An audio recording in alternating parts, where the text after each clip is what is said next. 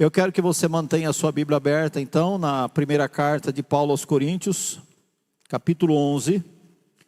Eu vou reler o texto que nós lemos no início do culto, para nós meditarmos naquilo que Paulo pretendia ensinar à igreja. O tema da mensagem de hoje é uma pergunta que para nos fazer refletir. E a pergunta é: você sabe o que você está fazendo? Este é o tema da mensagem de hoje. E eu quero reler com você então o texto que nós lemos no início do culto. Deus abençoe vocês. Chegaram mais 3 jovens ali. Que Deus abençoe vocês. Aliás, antes de entrar na mensagem, o Abel falou aqui das crianças. Ontem nós tivemos uma festa maravilhosa, a festa das crianças, né? Nós comemoramos ontem, obrigado, o Dia das Crianças. E lá na chácara, né, nós tivemos um encontro de homens aqui de manhã também, foi uma bênção a reunião que nós tivemos. Só o Wellington, que infelizmente por motivo de trabalho não pôde participar, mas todos os demais estiveram aqui. Foi uma bênção a ministração que o pastor Paulo Oliveira trouxe aos nossos corações. E naquela reunião de ontem, o Abel precisava saber disso, mas depois ele vai saber, que nós havíamos discutido, conversado sobre termos mais reuniões com os homens da igreja, né? Porque a gente está fazendo uma reunião, um encontro por ano, e nos parecia que isso era pouco. E aí ontem nós conversamos aqui e decidimos que nós vamos ter essas reuniões mensais, pelo menos uma vez por mês nós vamos ter uma reunião de homens aqui na igreja, para falar, para desabafar, né? Nós precisamos desabafar, sofremos muito às vezes em casa, então nós vamos ter essa nossa reunião aqui, para chorar, né, no ombro um dos outros, e falar das nossas dificuldades. Mas vai ser um encontro onde nós vamos, pela misericórdia de Deus, crescer juntos, caminhar juntos, né? Entendermos o propósito de Deus para as nossas vidas. E aí, uma vez por ano, nós vamos fazer então uma festa, como temos feito, um evento mais especial. Mas todo mês nós teremos então essa reunião, e essa reunião acontecerá a partir de janeiro, né? Nós já estamos praticamente no final do ano, então nós vamos começar a programar esses eventos para a partir do ano que vem. E uma outra coisa muito importante, e depois no final do culto nós vamos orar por isso também. A Vitória tinha falado comigo há uns dias atrás, que ela sentia necessidade de nós termos também alguma coisa para os jovens aqui na igreja. Nós não temos ainda um ministério de jovens estabelecidos, né? Mas apareceu mais 3 aí. O Anelec, é isso? Luz e Pedro, são esses? Deus abençoe vocês. Então mais 3 aí, chegando agora, com os que nós temos. Quantos jovens solteiros temos aqui? Levanta a mão. Levanta a mão. Ô Pedro, ô Daniel, você é solteiro ainda. Já está preso, mas ainda é solteiro. Então, esse grupo de solteiros, e depois temos alguns jovens casados também.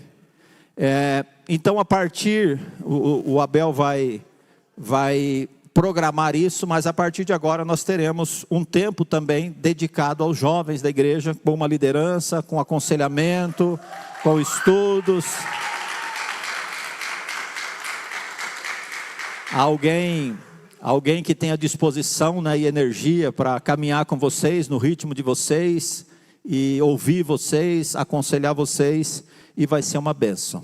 Nós estamos felizes por aquilo que Deus está fazendo. Talvez você não perceba muita coisa, talvez você ande um pouco distraído, mas o Espírito Santo de Deus tem soprado, o Espírito Santo de Deus tem feito algumas coisas, algumas brasas estão se acendendo, algumas brasas estão se aquecendo, porque é promessa dele, nós cremos nas promessas do Senhor.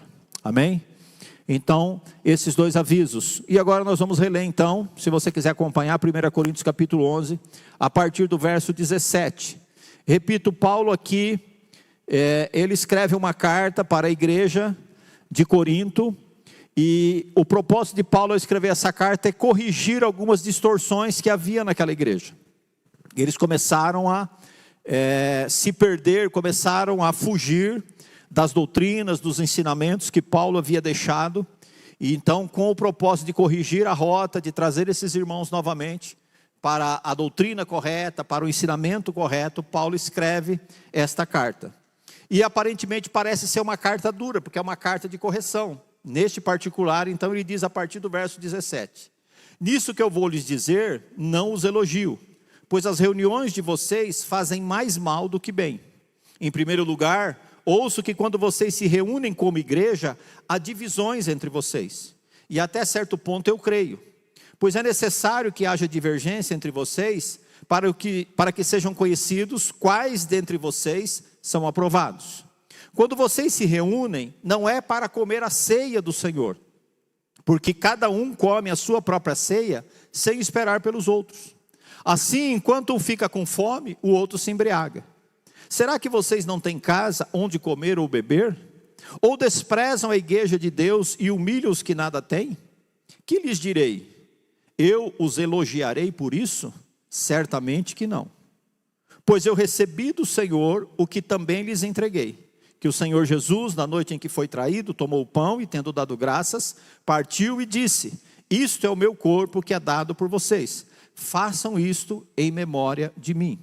Da mesma forma, depois da ceia, ele tomou o cálice e disse: este cálice é a nova aliança no meu sangue. Façam isto sempre que o beberem em memória de mim. Porque sempre que comerem deste pão e beberem deste cálice, vocês anunciam a morte do Senhor até que ele venha. Portanto, todo aquele que comer o pão ou beber o cálice do Senhor indignamente, será culpado de pecar contra o corpo e o sangue do Senhor. Examine-se o homem a si mesmo, e então coma do pão e beba do cálice. Pois quem come e bebe sem discernir o corpo do Senhor, come e bebe para a sua própria condenação. Por isso, há entre vocês muitos fracos e doentes, e vários que já dormiram. Mas se nós nos examinássemos a nós mesmos, não receberíamos juízo. Quando, porém, somos julgados pelo Senhor, estamos sendo disciplinados para que não sejamos condenados com o mundo. Portanto, meus irmãos, quando vocês se reunirem para comer, esperem uns pelos outros.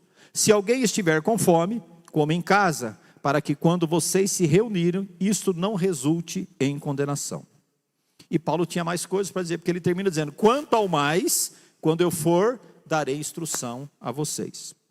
Então, como eu disse, é uma carta de Paulo, e a doutrina, ou os ensinos de Paulo, as doutrinas de Paulo, estavam sendo ou esquecidas, ou deturpadas, praticadas de maneira errada. E isso é um perigo muito grande. Aquilo que muitas vezes sai do princípio da palavra de Deus e é aceito e começa a criar então uma vertente, criar uma ideia diferente da palavra, passa a ser um costume, passa a ser então uma prática. E se isso estiver diferente da palavra de Deus, a palavra de Deus não aprova, logo Deus também não aprova. E Paulo então, sabendo disso, e havia muitas coisas, ele cita aqui as divisões que existiam entre eles, mas existia problema de moralidade, existia problema de falta de disciplina na igreja de Corinto, existia brigas, literalmente brigas entre irmãos na igreja de Corinto, existia pecado de cunho sexual dentro da igreja de Corinto, existia a prática da idolatria dentro da igreja de Corinto. Então Paulo escreve esta carta porque o propósito dele era estabelecer o padrão moral, o padrão ético, o padrão bíblico, dos ensinos, para que eles voltassem então a ter um culto que agradasse a Deus. O conteúdo da carta, ele é mais abrangente do que esse texto apenas que nós falamos. Aliás, nós vamos ter, no próximo período da Escola Bíblica Dominical, o nosso estudo vai ser em cima da carta aos Coríntios. Então vai ser uma boa oportunidade de nós entendermos tudo que Paulo tratou com aquela igreja. Mas a carta traz conselhos. Paulo, por exemplo, vai falar sobre a necessidade e sobre a importância da união entre os irmãos. Nós cantamos aqui, nós nos abraçamos, espero que todo mundo possa ter abraçado todo mundo sem nenhum ressentimento. Porque às vezes a pessoa, nossa, agora vai ter que abraçar alguém, deixa eu dar um jeito de ir para um canto e ir para um outro lugar, porque fulano não dá para abraçar. Então Paulo fala disso, igreja é família, igreja é um corpo, a igreja é única. Então ele traz no bojo da sua carta essa necessidade, esse ensino. Ele vai trazer instruções importantíssimas sobre o casamento. tanto a questão para maridos, quanto para as mulheres, para as esposas. Então Paulo vai trazer instrução sobre isso. Ele vai falar sobre a liberdade que os cristãos tinham, porque havia uma confusão sobre a questão da comida sacrificada a ídolos. Então Paulo vai falar da liberdade em Cristo. Ele vai alertar então sobre a idolatria, sobre esses sacrifícios oferecidos a ídolos. Ele vai tratar sobre os dons espirituais, que é uma ferramenta poderosa da igreja. Ele vai falar da ordem do culto. E mais particularmente aqui no capítulo 11 ele vai tratar da ceia do Senhor. Ele é bem específico aqui, ele está falando de uma reunião específica, ele está falando de um culto específico, que era o culto da ceia. A ceia deveria ser um momento, como é até hoje para nós, um momento de edificação e um momento de comunhão. Porém, este culto que deveria ser esse símbolo da comunhão que os crentes têm em Cristo Jesus, imagine todos convidados para a mesma festa, cujas dívidas, cujos pecados, cujas maldades foram perdoadas, foram apagadas, e quando chega lá, todo mundo é pecador, todo mundo tinha dívida no cartório, e agora alguém parece que acha que é diferente do outro. Todos estavam encerrados sobre a mesma condenação do pecado. E agora nós somos convidados a fazer parte da igreja, e agora esta reunião simbólica de comunhão, de alegria, de gratidão, de edificação, estava se tornando um motivo de escândalo para a sociedade. Tanto que você vê como Paulo começa a carta, né? Ele fala assim: olha, eu vou dizer uma coisa para vocês, eu não posso elogiar vocês, porque as reuniões de vocês fazem mais mal do que bem. Isso deve ter sido muito duro para eles. Mas eu quero que você pense sobre isso comigo esta noite. Se você pode imaginar que aquilo que às vezes nós oferecemos, que aquilo que você traz a Deus como um culto, como uma oferta para oferecer ao Senhor como um culto, pode não estar agradando a Deus. Que algo que nós fazemos e achamos que isso é cultuar a Deus, pode ser um escândalo na verdade. Então nós precisamos conhecer o Deus que nós servimos e precisamos oferecer a Ele um culto de acordo com o que Ele pede. Eu diria com o que Ele exige, porque o nosso Deus é um Deus santo, e Ele estabelece muito bem aquilo que Ele espera de nós, aquilo que nós como filhos, como salvos, como perdoados, através do sacrifício do seu Filho, devemos oferecer a Ele. Só que muitas vezes, nós chegamos no culto, nós chegamos na igreja, com o que nós chamamos de um pacote pronto. E eu coloquei aqui o que poderia ser um culto, eu como pastor, acho que seria o pior culto que alguém poderia oferecer. Então alguém chegando no culto, Senhor, eu tenho para oferecer para o Senhor hoje. O meu pacote hoje é esse. O meu talento, 100%. O Senhor pode contar comigo. Eu canto bem, eu toco bem, eu falo bem, eu lidero bem. Então, 100% do meu talento está aí à sua disposição. A minha atenção, uns 30%. Porque o meu time está jogando hoje, então eu preciso saber como é que está o placar, preciso saber como é que está a tabela do campeonato. Então assim, eu vou ter que ficar ali na rede social e vendo uma mensagem. Então 30% da minha atenção eu vou poder dar no culto. O meu humor, 0%. Eu briguei com a minha esposa, eu briguei com o meu marido, eu briguei com o meu pai, e então o meu humor está 0, então hoje não espero que o meu coração esteja alegre, que eu vou estar feliz, porque eu não estou. O meu dinheiro também, infelizmente, 0. Porque eu estou passando por um perrengue, eu estou desempregado, eu estou com conta atrasada, então, o senhor sabe, né? Então não vai dar para eu contribuir, o meu dinheiro 0. A minha devoção 2%, porque diante de todas essas dificuldades, eu não estou conseguindo orar, eu não estou conseguindo ter uma comunhão com o Senhor, não estou conseguindo realmente me entregar. Consagração, para não dizer 0, 0,5%. Então esse é o pacote que eu tenho, esse é o culto que eu posso oferecer ao Senhor. E muitas vezes nós achamos que Deus é obrigado a receber esse tipo de metade disso, um pedaço daquilo, um pouco daquilo ou nada de alguma coisa. Talvez aquilo que você está negando a Deus é aquilo que Ele mais espera de você. Não precisa, algumas pessoas cometem um erro de achar que Deus precisa do meu culto, da minha adoração, do meu louvor, da minha oração. Deus não precisa de nenhum de nós. Nem todos nós juntos aqui, se resolvêssemos fazer uma greve daquilo que nós mais e melhor fazemos, não vou orar mais, não vou pregar mais, não vou tocar mais, não vou evangelizar mais. Se você não fizer mais nada, não vai mudar nada no céu. Mas acontece que, da mesma forma que eu ministrei na oferta, o nosso culto a Deus é uma oportunidade que nós temos de nos apresentar diante do Rei dos Reis.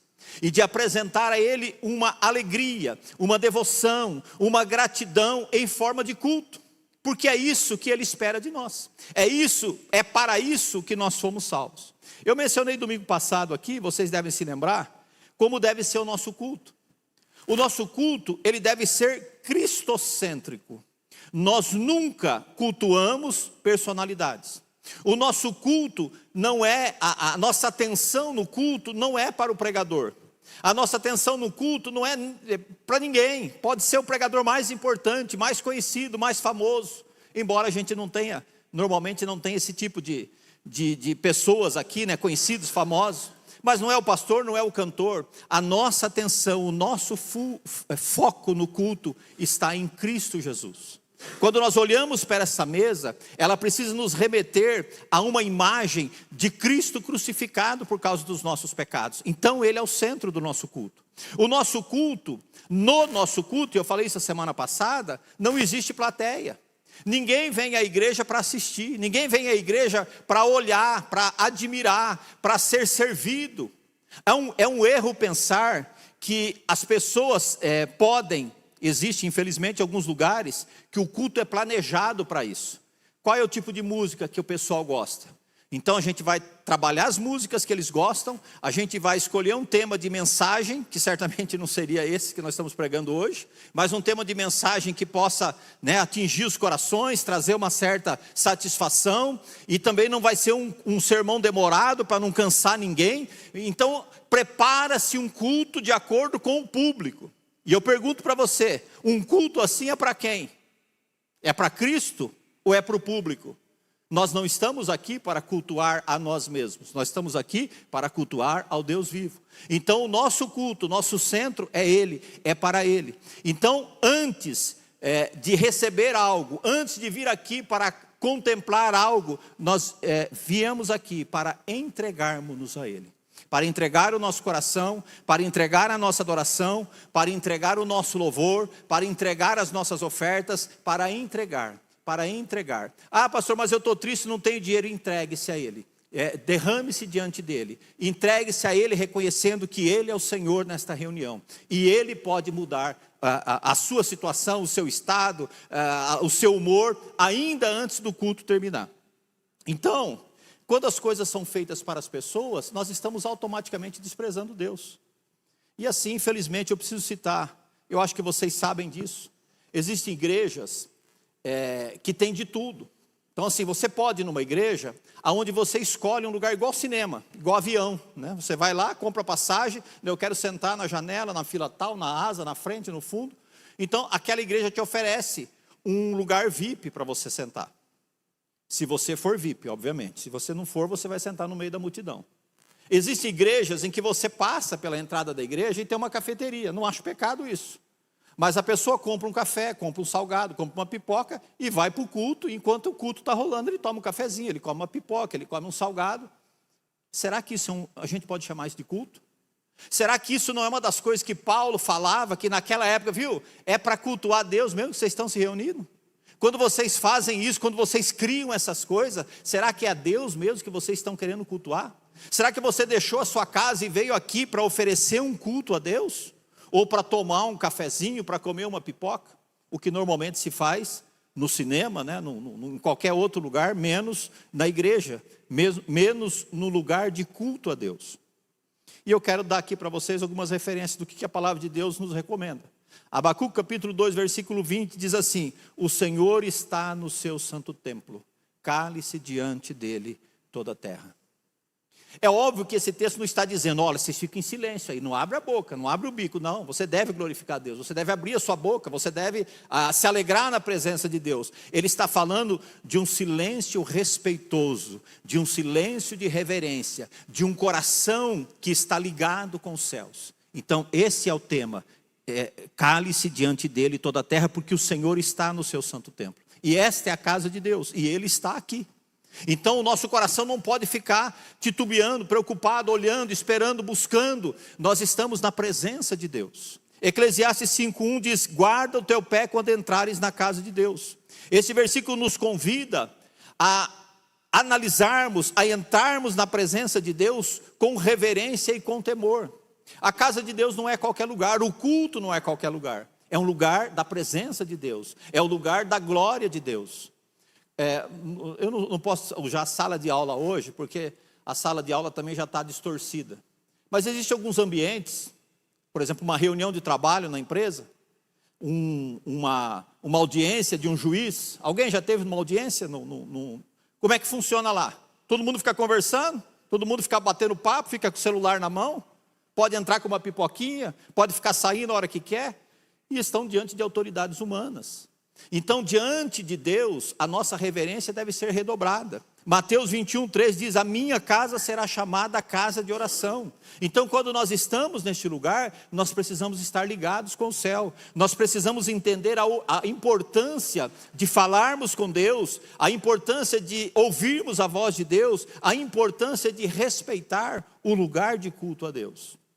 E aqui, para lembrar o que o pastor Gerson pregou uns dias atrás: rogo-vos por irmãos, pelas misericórdias de Deus, que apresentei o vosso corpo como sacrifício vivo, santo e agradável a Deus, que é o vosso culto racional. Então nós vemos aí a importância de oferecer a Deus um culto verdadeiro.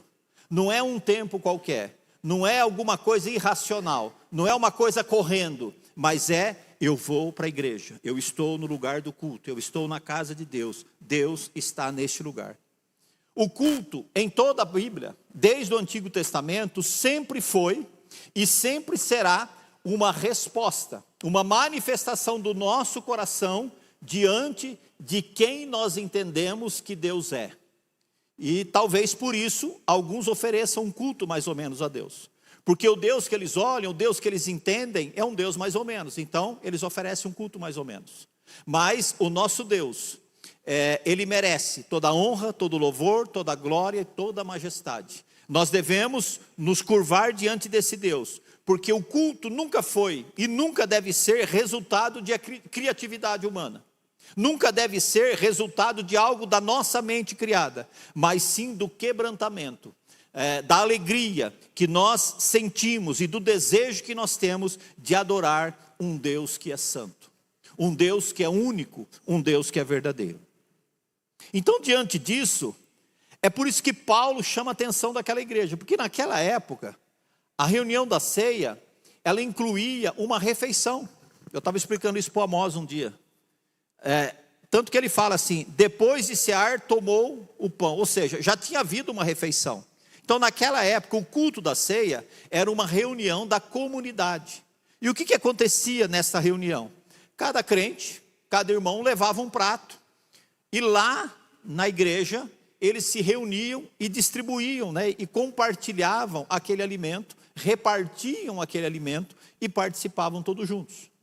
Só que com o passar do tempo, a classe social dos crentes, dos irmãos, passou a interferir nesta festa de comunhão, passou a distorcer essa distribuição de alimentos, este momento de comunhão. E é justamente nesse momento, e é disso que Paulo está se referindo quando ele escreveu essa carta nesse texto que nós lemos. O que acontecia?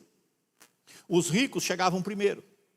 Então, quando eles chegavam, eles escolhiam um cantinho, uma mesa, uma rodinha, uma turminha e se juntavam. E já começavam a comer. O que você trouxe? Eu trouxe uma picanha hoje.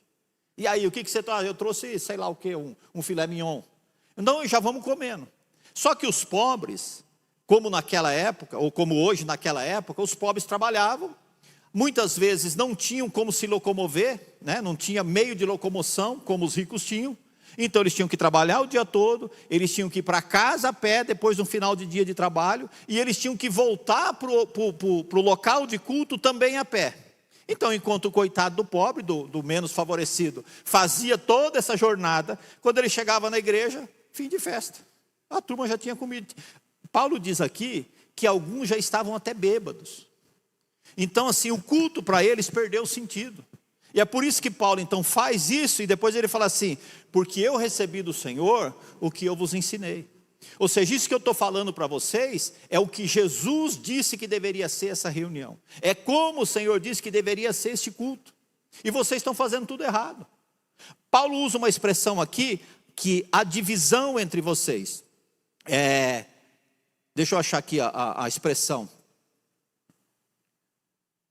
O termo utilizado por Paulo por divisão aqui não significa que havia opinião divergente ou que haviam gostos diferentes. Ele está dizendo que havia cisão entre eles. Ou seja, alguns faziam parte do grupo, outros não faziam. É diferente.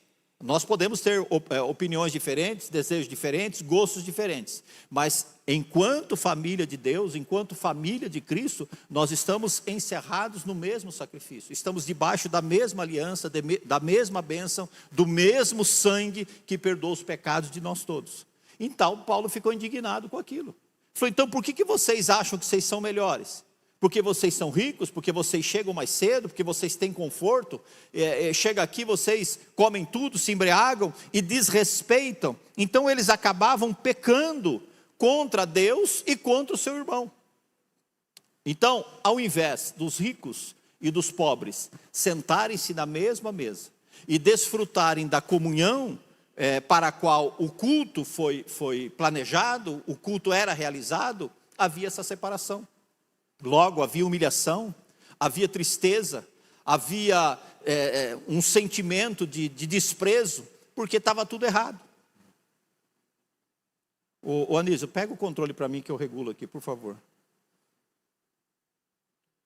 Hoje nós não estamos, obrigado.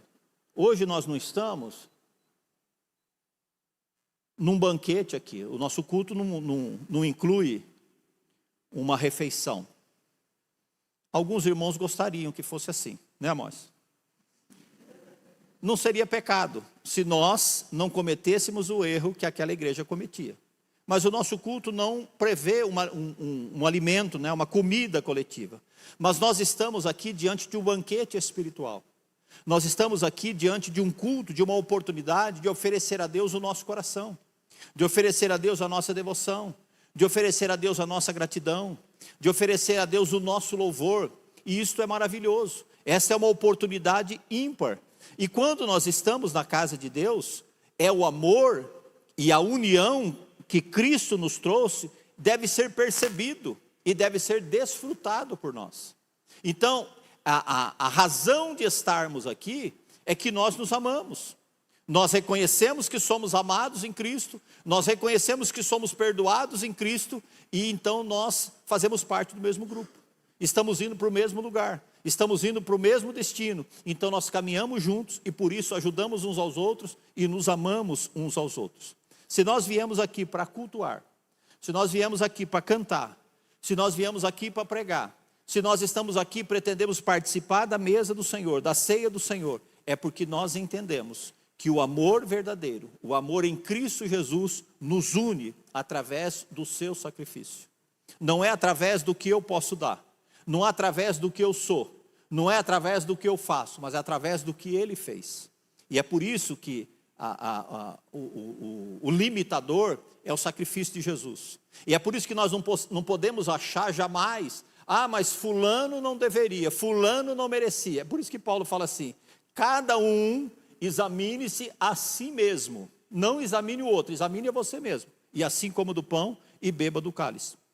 Então, se nós não entendermos esse princípio, se nós não vivermos pelo princípio do amor, do perdão, do respeito, da comunhão, da ajuda mútua, nós não estamos oferecendo um culto que agrada a Deus. Muito pelo contrário, talvez o que nós estamos fazendo pode estar desagradando o nosso Deus.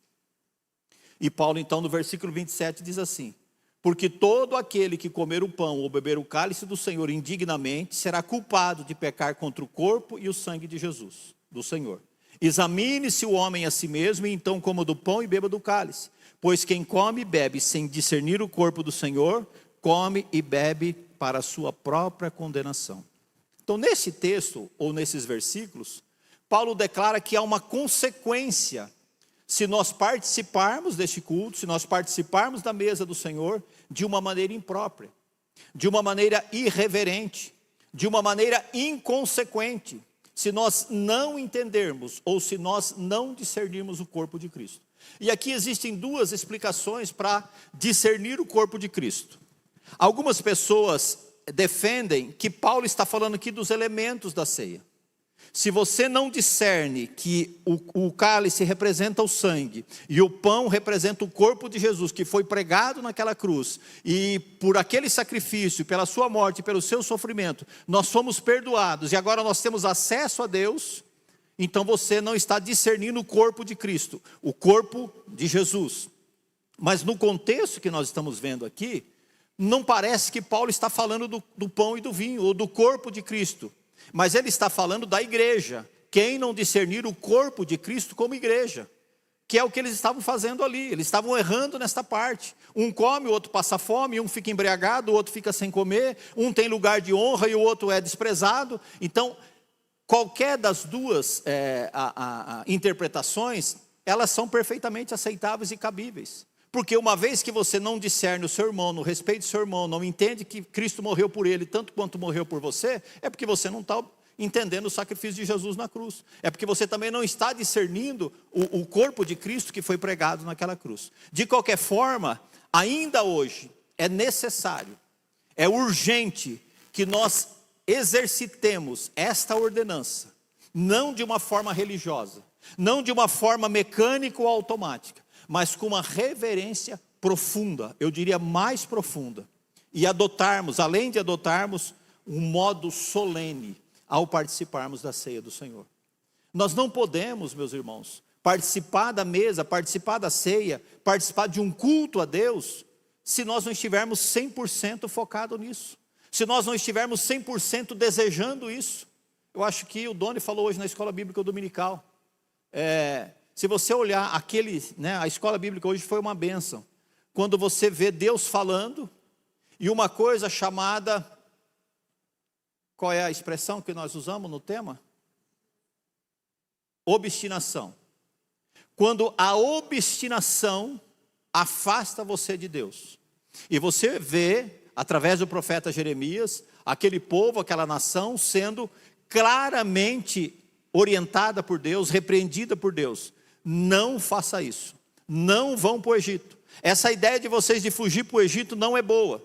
Se vocês forem para o Egito, vocês vão morrer lá. Agora, se vocês ouvirem a minha voz e ficarem aqui em Judá, apesar de parecer um risco, eu vou cuidar de vocês, eu vou proteger vocês, eu vou fazer com que Nabucodonosor tenha outros olhos para vocês e não vai acontecer nada. Mas uma coisa chamada obstinação fez com que eles declarassem a Jeremias: nós não vamos obedecer às palavras que você está dizendo da parte do Senhor, porque nós achamos que você está nos enganando. Então, como é que um coração pode pensar isso?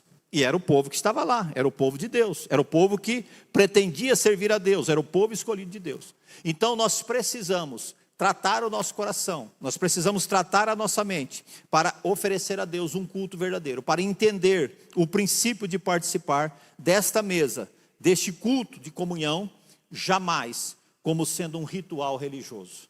Eu preciso participar da ceia. Porque se eu não for na ceia, depois o pastor vai vir perguntar o que está acontecendo. Se eu não estiver na ceia, já vão ficar perguntando por quê. Adianta? Eu não sei da sua vida, Deus sabe. Se você veio ou não veio, se você participou ou não participou, se você participou indignamente. Eu quero pontuar aqui algumas coisas que precisa fazer parte da nossa pré-análise, da nossa consciência para estarmos diante dessa mesa. Nós não participamos adequadamente da ceia do Senhor se há intriga e se há fofoca entre nós. Nós não participamos adequadamente da ceia do Senhor, eu vou refazer. Você não participa adequadamente da ceia do Senhor se você não ama a sua esposa como Cristo amou a igreja. E eu também.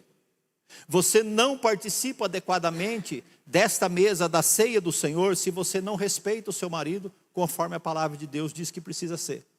Você não participa adequadamente da ceia do Senhor se você não ama e não discipula, você que tem filhos, não ama e não discipula os seus filhos. Você não participa, você não valoriza, não participa adequadamente da ceia do Senhor se você não é honesto nos seus negócios. Você não participa da ceia adequadamente se um pé está na igreja e o outro pé está no mundo. Se você não sabe se é melhor estar no culto ou estar na festa, se é melhor estar no culto ou ficar com o futebol, se é melhor estar no culto ou estar em qualquer outro lugar. Você não participa adequadamente da ceia do Senhor se você faz acepção de pessoas. Você não participa adequadamente da ceia do Senhor se você não aprende a respeitar as autoridades. Seja seu pai, seja sua mãe, seja seu sogro, seja sua sogra, seja quem for. Eu estou falando de sogra aqui, mas não é nem porque a minha sogra está aqui, porque eu sei que ela me ama. Nós tivemos probleminhas lá quando nós começamos, nos conhecemos, mas depois ela aprendeu a me amar assim como ela, para o bem da Neia. Então, esta refeição, este culto, sabe aquele culto de passagem de ano? Que você reúne a família e que ninguém pode faltar? Precisa estar todo mundo ali. E se alguém não está bem, assim deve ser este culto para nós. Todos nós precisamos estar juntos, precisamos estar unânimes. Então, quando você percebe que alguém não está no culto da ceia, você precisa se preocupar. Puxa vida, alguma coisa está muito errada com fulano, ele não veio hoje. Alguma coisa aconteceu, ou foi algo fora do controle, algo inesperado que ele não pôde controlar, ou alguma coisa está errada. Porque não participar da ceia do Senhor não é algo normal para alguém que está em Cristo, que está ligado no corpo. Então seria uma hipocrisia se nós participássemos, ou se nós estivéssemos na ceia do Senhor, não estando de acordo com os princípios que Ele determinou na sua palavra. E Paulo fala aqui, ele não está inovando, e muito menos eu inventando, porque ele diz, foi o Senhor quem determinou assim. Eu passei para vocês aquilo que eu recebi do Senhor. Porque o Senhor Jesus, na noite em que ele foi traído, ele tomou o pão e tomou o cálice, e disse, esse é o meu corpo que é dado por vocês. Percebe que num culto onde isto era o tema, os crentes estavam distraídos com a comida, com a bebida, com quem chegou, com quem não veio. Então, é muito importante que a gente tenha esse discernimento. E eu não quero perder a oportunidade de aproveitar para pontuar algumas coisas do nosso culto aqui. Os irmãos percebem que quando chegam aqui no culto, acho que 5 minutos começa umas mensagens ali no telão. Olha, o nosso culto vai começar. Ó, você está na casa de Deus. Olha, a partir de agora, evite conversas paralelas. Vai ao banheiro antes do culto começar. Se você tem que beber água, vai beber água antes do culto começar. São orientações para que você possa ter um culto sem interrupções. Às vezes acontece, já aconteceu até comigo, dos imprevistos. Você se atrasa, quando você chegou na igreja, o culto já começou. Então entenda, o culto já começou. Se lá na audiência você chegar atrasado, acho que você nem entra. Mas aqui na igreja você entra, mas entre entendendo que o culto já começou. Já estão orando, já estão cantando, já estão adorando a Deus. Então evite conversas. Às vezes a pessoa chega, vai beber água, conversa com um, conversa com o outro, cumprimenta outro. Você tira a atenção daqueles que já estão cultuando a Deus. Então ajude, fazer do culto realmente algo que seja solene para Deus, algo que seja importante. Eu até sugiro que os irmãos cheguem mais cedo para o culto. Pode chegar 10 para 7, pode chegar 15 para 7, pode chegar 6:30, você me ajuda a arrumar as cadeiras. E aí você tem tempo, os irmãos vão chegando, você vai conversando, vai abraçando um, abraçando o outro, vai experimentando o tempo de comunhão, é uma bênção. Mas o culto começou, se você teve o infortúnio, a dificuldade de chegar depois do culto começado, evite chamar a atenção das pessoas. A diaconia sabe, a mídia sabe, que andar o menos possível, chamar a atenção o menos possível na hora do culto. Por quê? Porque nós estamos cultuando a Deus. Tem algumas coisas que são necessárias, são importantes, são indispensáveis na hora do culto, mas somente as indispensáveis. Aquilo que você pode esperar, deixe para fazer num outro horário. Que a nossa postura seja realmente de adoradores diante do culto. Quando está cantando, vamos cantar. Quando está lendo a Bíblia, vamos ler a Bíblia. Quando está orando, vamos orar. Quando a palavra está sendo pregada, vamos ficar atento à palavra, ficar atento àquilo que Deus está falando. Evite atividades paralelas, eu acho que a gente não tem esse tipo de problema. Quando nós colocamos essas duas salas, a gente orientou que ninguém deve ficar em sala, ninguém deve fazer reunião na hora do culto. E isso está sendo observado, isso é uma boa prática. Então, que nós possamos, cada vez que nós participamos da ceia do Senhor, reafirmar este nosso propósito, reafirmar que nós não estamos aqui por méritos próprios. E respondendo à pergunta retórica do início, que é o tema do sermão, que nós possamos ter entendimento do que nós estamos fazendo. Que nós possamos realmente responder essa pergunta positivamente. Sim, eu sei o que eu estou fazendo aqui. Eu estou cultuando ao Deus dos céus, o Deus Criador dos céus e da terra, o Senhor da minha vida, aquele que entregou a sua vida por mim naquela cruz, aquele que morreu a minha morte, aquele que perdoou os meus pecados, é esse que eu estou servindo, é a Ele que eu vim cultuar nesta noite e neste lugar. Amém? Fiquem em pé, eu quero orar com vocês.